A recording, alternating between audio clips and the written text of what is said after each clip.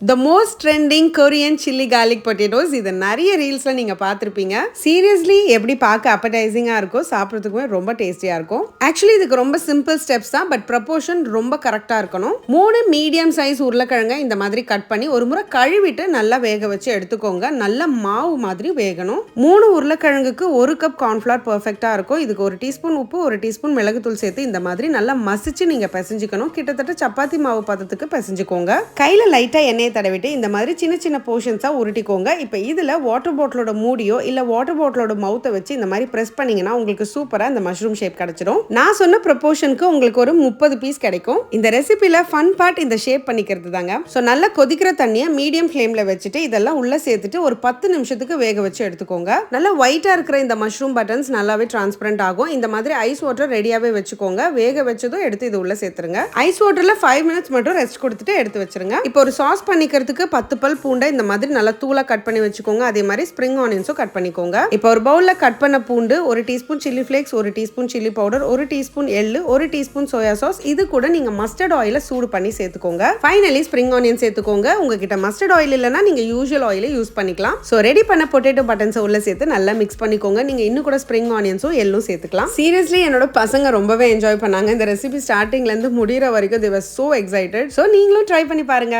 எப்படி